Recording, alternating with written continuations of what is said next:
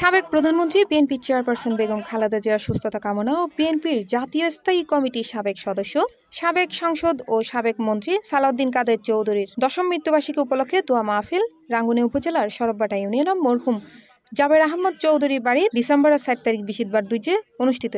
মরহুম জাবের আহমদ চৌধুরীর ফুয়া বিএনপি নেতা মোহাম্মদ সালাউদ্দিন চৌধুরী সভাপতিত্বে ও বুরহান চৌধুরী সঞ্চালনায় দোয়া মাহফিল প্রধান অতিথি আছেন চট্টগ্রাম 7 রাঙ্গুনিয়া সংসদীয় আসন বিএনপি মনোনীত ধান শিশুর প্রার্থী এবং বিএনপি জাতীয় নির্বাহী কমিটির সদস্য হুমাম কাদের চৌধুরী।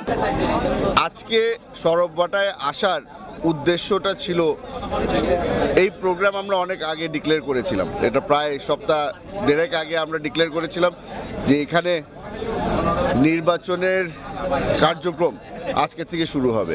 তবে পরবর্তীতে আমরা সিদ্ধান্ত নিয়েছি যে যেহেতু বেগম খালেদা জিয়ার শারীরিক অবস্থা ভালো নয়, উনি অসুস্থ আছেন, সেই কারণে আমরা আমাদের রাঙ্গুনিয়ার বিএনপির পক্ষ থেকে সিদ্ধান্ত নিয়েছিলাম যে আপাতত নির্বাচনী কার্যক্রম স্থগিত থাকবে।